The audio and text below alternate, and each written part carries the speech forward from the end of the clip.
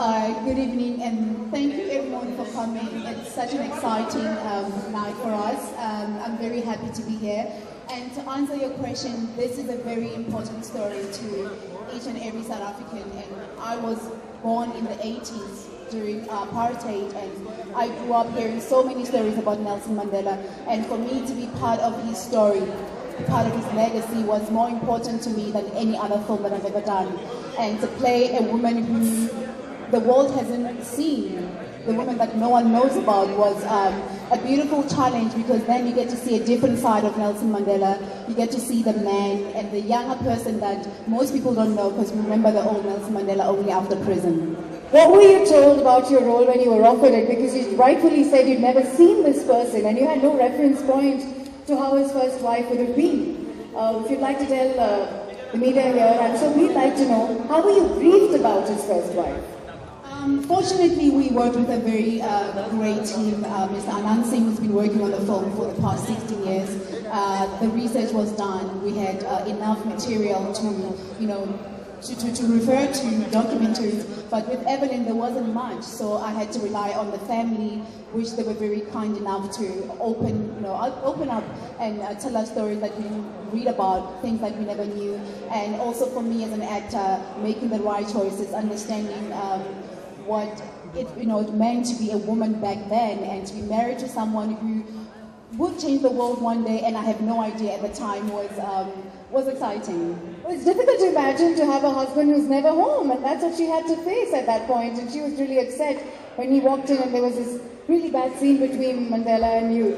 How was that particular scene for you? Because it feels shaky that a legend would be treating his wife like that at one point. I think it's one of those things that I really loved about the film, because they never tried to create a story of a saint or an angel, and that's one thing. I've been very lucky to meet Nelson Mandela a couple of times, and he always said, I am not a saint, and I don't want to be painted as a saint.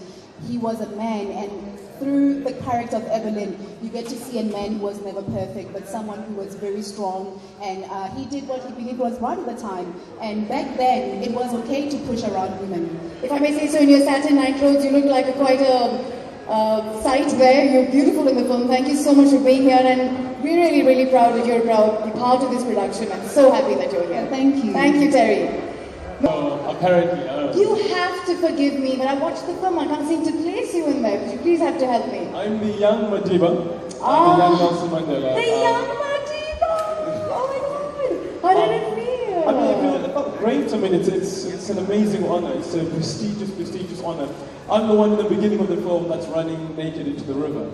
Okay, I have to ask you this. So, what is that thing you put all over your body and then you get into the water? In Xhosa, during the circumcision period of initiation into manhood, the crossover, the transition, we have this white paint that's put on you, which is called Inmaike in Xhosa. Inmaike.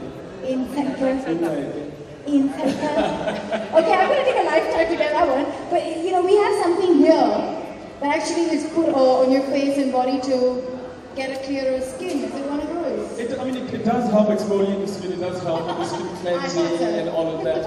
But it's just a symbol of moving and transitioning from boyhood.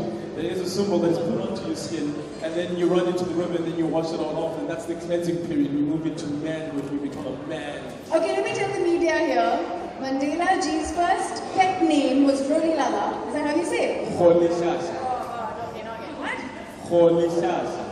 Holy Shash. You're saying I'm ready to South Africa. You're going to tell us, were you a troublemaker? You can't be this, tall and good looking with this statue without being a troublemaker. No, the name represents a troublemaker. It means literally to pull the bush, which sort of stirs up the dust. So how did they tell you were a troublemaker? I'd like to know about Mr. Mandela. Why was he nicknamed that? Well, do you know what? It's people who are not sort of confined to one space. It's people who will not let the rule of the time be your only rule. It's people that have their own free will, they have their own thinking, that they will do as they listen. It's those people that if you're not subject to the rule of the time, then you sort of are the troublemaker. Also, he belonged to a family of kings, and he's pretty much a royalty himself. Absolutely. And he didn't want to stay that way. He didn't want to fall into the line because he knew he had something greater than that. Because once you fall into the line, you have your advisors who tell you what to do, and then your rule, and then it's all sort of systematic. You have to tell us, what is the most inspirational part of playing with Mandela, and what have you learned from him like Terry shared with us? The most inspirational part of playing Mandela is just getting under the skin, getting to know the man at a stage where he had the potential to change the country. At a stage where we don't know him at that stage yet. He's still a 16-year-old initiate, still a 16-year-old boy who becomes a man. The man that we don't know completely. And that's the man that has, it's like dynamite that hasn't been lit yet. And it's that man that is the most inspiring thing, which just means that we all have this explosion inside of all of us. It just has to be ignited. And for me, getting to learn that bit, and it's not like you sit there going, oh, people know what's going to happen. And you're that guy that's going, people know exactly where it's going to go. What do you think kind of clinched the role for you? The excited look you have in your eyes and your smile? What is it about you? I have no idea what it is about me. Maybe it's because I'm tall. Our former President Nelson Mandela was a very, very, very good-looking guy. So you met him? Did you have the honor of meeting him? Yes, we just saw that wonderful modesty there. I did that. I had the honor of meeting him, but I was a young boy, and it was at my school, and it was just a brief moment, and he was just this towering figure, and I put up my hand, and he just sort of, his hand hugged mine, and completely, I was like, just going, the chosen one, the loved one, yeah.